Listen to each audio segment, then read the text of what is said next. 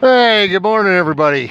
This is Bandit here. Welcome to my show, Bandit's Rules of the Road. On a brisk Iowa morning, I took off this morning. It was 21 below zero, actual temp. Right now, I'm sitting at about 17 below zero. Now, I know there's some of you tough studs out there that'd be like, oh, hey, it's 30 below where I'm at. It's 35 below. That's fine. Good for you, pal. Oh, look at this driver. He must have broke down. I should have started filming a ways back. Since the Mississippi River, I've probably seen 7 or 8 big trucks on the side of the road, and probably 3 or 4 going down the road with their hazards on because they cannot get up to speed. Their fuel's gelling up, airlines are froze up, whatever the case may be. But it's wicked. It's like really wicked. Most of the time, once you're running, you're okay, but not all the time. If you get in some bad fuel, if you get some fuel from down south that they don't treat and it's got a lot of moisture in it and such, yeah, you're not in good shape out here at 18 below.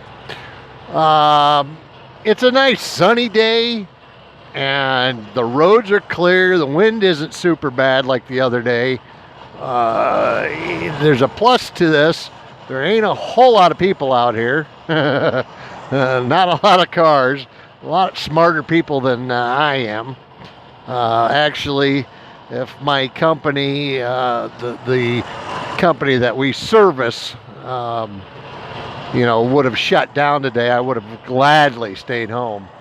However, these people that have a heated garage and start their car and get down to work and then go into a nice warm office and don't have to deal with the outside temperatures very much at all, they don't think about shutting down for the safety of other people.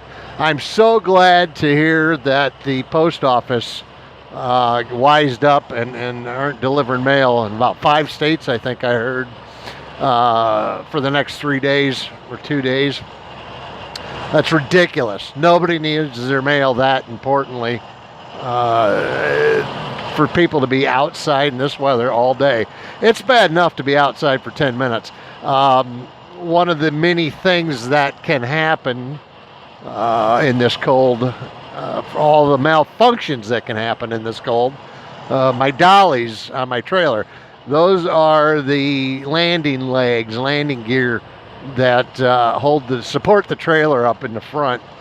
And you got a crank with 2 speeds, a high and a low speed. I couldn't crank it at high at first, so I had to crank it low. Well, it barely moves. I mean, like barely moves, but that's the only way I could crank it because it was frozen up. The grease is so thick, it's like wax when it's cool. It took me like 5 minutes to crank these dollies up. In that time, and I am dressed very warm, I had a face mask on. All the heat was going in and out of my glasses area. My glasses froze solid.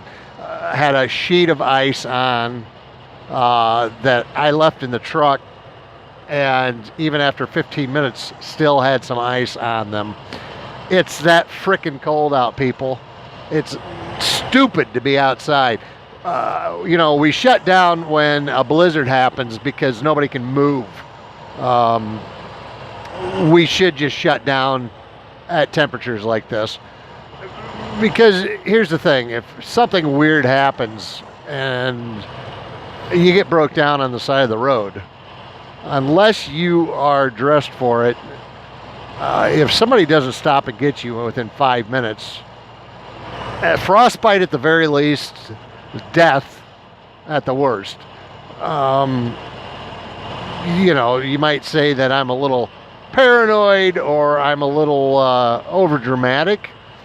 Yeah, well, I've been in 32 below zero actual temp in Duluth, Minnesota. Stuck my arm out the window, wasn't thinking, didn't know it was that cold, wasn't thinking, but I had to roll down my window, stick my arm out the window to look in my mirror because the scale was open, because God bless America, they've got to be open when it's 32 below zero at 3 o'clock in the morning. Anyway, I stuck my arm out the window like I always do so I could get my head out a little further to look in my mirror to see where my axles were on the scale. I didn't have my arm out for more than 45 seconds, pulled it back in, and actually thought I had ice stuck to the underneath of my bicep. It was my skin. It was a chunk of skin, probably the size of my thumb, that was frozen solid. Felt like, well, again, like hard wax. And an hour later or so, when it was thawing out, it hurt like a son of a gun. Anyway, that was as I got into town. 32 below zero actual temp in Duluth, Minnesota. And confirmed that on the radio the next day. 32 below. That was the low temperature that night. Well, we weren't too far off of that down here in Iowa today. And possibility of even colder tomorrow. I got lucky. I've had this truck for a couple years. It's a Kenworth. And I had never been in a Kenworth before. I've driven all kinds of different trucks. So most trucks are from 180 to 190 temperature going down the road. This truck, since I got it, ran 150. And we have another Kenworth, same year, same model, same everything, same engine in the fleet up here. And my buddy says that, yeah, he runs down the road, it's 150. Well, the last 2 days, Sunday and Monday, going down the road, the temperature wouldn't get over 110. And my heater was having a heck of a time keeping up. And I took yesterday off to get the thermostats changed and found out they had 2 thermostats. Most trucks only have 1, but anyway, whatever. This is a pack car engine, has 2 thermostats in it. They ordered new thermostats from Kenworth for the pack car engine. Got them in yesterday. While we had the coolant drained out, we went ahead and replaced the block heater because it doesn't seem like it had been working very well when I plug it in the cold weather. So while we had it in there and while we had the coolant drain, we went ahead and replaced the block heater too. Now, the gist of the story is today I'm running down the road at about 185. It is, 16 below zero right now. Wind is out of the northwest, and I'm heading right into the wind. And I'm running down the road at about 185. So my theory is, with the 2 thermostats, that since I got this truck, one of the thermostats has been locked open, and the other one was working on its own. So it would allow it to warm up to 150, but that's as warm as it would go. And then when we got this cold snap, the other thermostat started to lock open, so it would only allow it to go up to 110. Because now, like I said, I'm going down the road at 185, and I haven't taken the time to look at a manual to see, because most of these manuals nowadays are so generic, they cover any kind of engine in whatever, because all these trucks have different engines in them and stuff. Anyway, but my theory is that the actual running temperature of these trucks, which makes more sense, is 185. And for the last couple of years, it's been running 150. I just assumed it was correct because the other truck was running 150.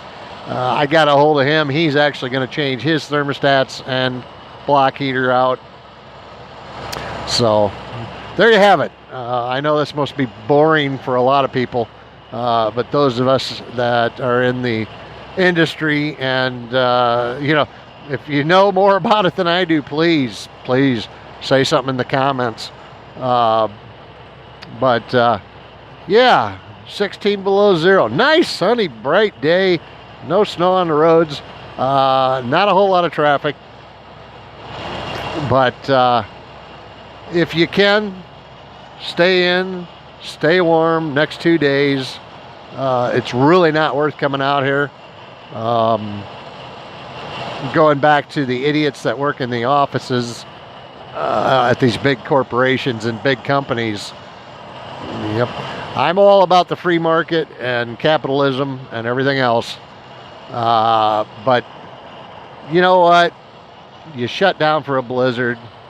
Shut down when it's, 20 below zero. There's no need to have people out here risking their lives. And yes, we are risking our lives. And again, I know that sounds melodramatic, but if the weirdest things can happen out here, and if the weirdest thing happens, and I'm stuck outside for a half hour for some reason, could be dead. Not worth it. Truly not worth it. And most of it has to do with piss poor planning on the said person in the office. They could have extra loads out there for times like these, and they choose not to. Or it's the corporation chooses not to spend the money, whatever. I'm not going to name said corporation because I do like this job, and for the most part they're okay. But people in the offices, book smart, not necessarily common sense smart. I call them college educated idiots when they act like this. So yeah, I know, sounding like a little baby. Well, go ahead and put your big boy clothes on and come out and screw around in this weather. So anyway, love you all. Stay safe, stay warm, and God bless everybody.